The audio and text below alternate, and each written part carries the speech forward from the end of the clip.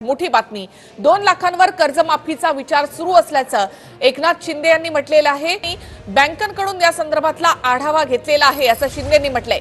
संपूर्ण कर्जमाफीचा विचार सध्या सरकार करतंय। आताची सगळ्यात मोठी बातमी 2 लाखांपर्यंतचं कर्ज शेतकऱ्यांचं माफ करण्याची घोषणा सरकारनं केलेली आहे। त्याची प्रोसेसही सुरू झाली। आता संपूर्ण कर्जमाफी संदर्भात सरकार विचार करतंय। शेतकऱ्यांचा कर्जमाफीचा निर्णय घेतलेला आहे, त्यामुळे 2 लाखापर्यंतचं कर्ज जे आहे ते माफ होणार आहे। त्याचबरोबर मुख्यमंत्री महोदयांनी सांगितले की जे रेग्युलर कर्ज भरतात त्यांच्यासाठी देखील योजना आपण करणार आहोत आणि त्यामुळे निर्णय घेतलाय शेतकऱ्यांना कर्जमाफी होणार। आपण जे ठराविक मुदतीमध्ये सुरू करणार आहोत आणि संपणार तो निर्णय सरकारने 2 लाखांच्या नंतरचं कर्जाची जे माहिती घेण्याचं काम सुरू आहे ती एक त्याच्यासाठी देखील एक वेगळी योजना मुख्यमंत्री महोदयांनी जाहीर केलं आहे स्वतःच्या ह्याच्यामध्ये। त्यामुळे ते जे निर्णय सरकारने घेतलेला आहे ते सरकार पूर्णपणे त्याचं पालन करणार आहे।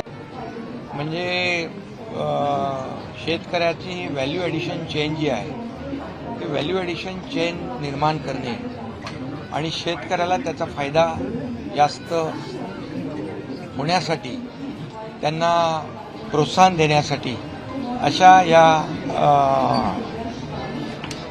फार्म टू फॉरेन कॉन्क्लेव्हची आवश्यकता आहे। आणि इथं वेगवेगळ्या भागातून लोक आलेली आहेत, देशभरातून लोक आली आहेत। टेक्स्टाईलमध्ये त्यांचा असलेला अनुभव, टेक्स्टाईल सेक्टरमध्ये शेतकऱ्यांना ज्यादा फायदा कसा होईल आणि क्वालिटी कपडा कसा तयार होईल यासाठी अशा प्रकारची कॉन्क्लेव्ह आवश्यक आहेत। आणि याच अशाच प्लॅटफॉर्ममध्ये एक दुसऱ्याचे अनुभव जे आहेत हे कॉन्क्लेव्हच्या माध्यमातून शेअर केले जातात आणि त्यामुळे या टेक्स्टाईल सेक्टरला त्याचा बेनिफिट होईल, फायदा होईल, इंडस्ट्रीला बेनिफिट होईल। आपण पाहिलं की अमरावतीमध्ये आपण मेगा टेक्स्टाईल पार्क करतो आहे।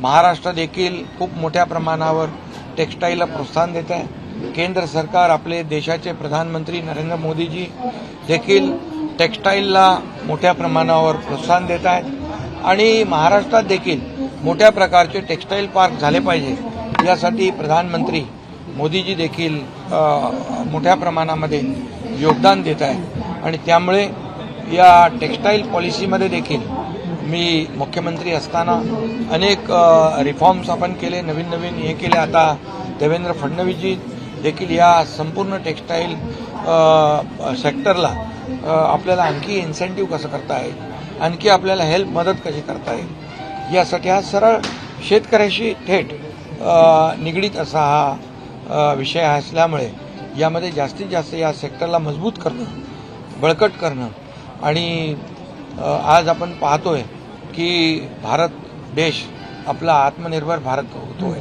आणि म्हणून आता आपण हे तर टेक्स्टाईल म्हणजे वस्त्र आहे।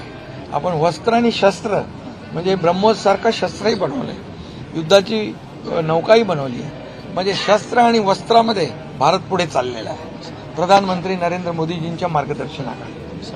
आणि म्हणून मिसाईल पण आहे आणि टेक्स्टाईल पण आहे। काय मिसाईल ब्रह्मोस आणि टेक्स्टाईल पण आहे आणि असं हे सगळं जे काय हे भारत देश पुढे चालला आहे आणि जगभरामध्ये देशाचा नावलौकिक जो आहे आर्थिक महासत्तेकडे हा भारत देश नेण्याचं काम प्रधानमंत्री मोदीजी करतायत आणि त्यांना महाराष्ट्र राज्यातून देखील जी काय अपेक्षा आहे ते देखील आम्ही पूर्ण करण्याचा प्रयत्न या ठिकाणी करतो। त्यामुळे या कॉन्क्लेव्हला मी मनापासून खूप खूप शुभेच्छा देतो। मनापासून सगळ्या इंडस्ट्रीचे लोक आलेले आहेत, पॉलिसी मेकर्स आहेत, ट्रेडर्स आहेत, अनेक लोक आहेत, याच्यामध्ये सायंटिस्ट आहेत। या सगळ्यांचं मी मनापासून मुंबईत स्वागत करतो आणि त्यांना धन्यवाद देतो। झोपडपट्टी पुनर्वसन योजनेमध्ये गैरव्यवहार झाला असल्याचा हिंदी में एक जानना चाहेंगे। आज कॉन्क्लेव हुआ है सर, फार्मर्स का किसे देखेंगे, आप इसमें शामिल होंगे सर? आज का जो कॉन्क्लेव है farm to foreign, from farm to foreign, म्हणजे इसलिए ये जो कॉन्क्लेव है बहुत ही अलग मायने रखता है। ये किसानों के साथ जुड़ा हुआ है, ये टेक्सटाइल सेक्टर के साथ जुड़ा हुआ है और एक टेक्सटाइल सेक्टर को बढ़ावा देने के लिए, आगे बढ़ाने के लिए, ये नया आइडिया जो है उसको शेयर करने के लिए ये कॉन्क्लेव की यहाँ पर कॉन्क्लेव का आयोजन किया है।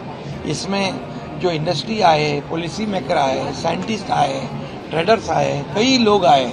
ये लोग अपना अपना विचार जो है, अपना अपना अनुभव जो है एक दूसरे को शेयर करेंगे और टेक्सटाइल सेक्टर जो है इसमें मजबूत होगा तो एक वैल्यू एडिशन चेन बनेगी ताकि किसानों को इसका ज़्यादा फायदा होगा। और इसीलिए ये बहुत ही ये कॉन्क्लेव किसानों के लिए, टेक्सटाइल सेक्टर के लिए बहुत ही मायने रखता है।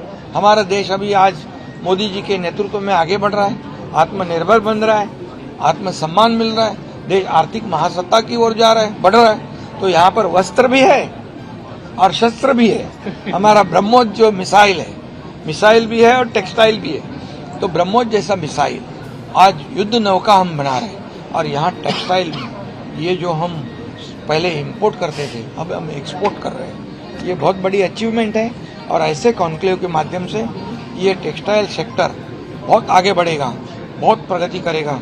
इसलिए महाराष्ट्र सरकार की ओर से जो भी सहयोग है हम पूरी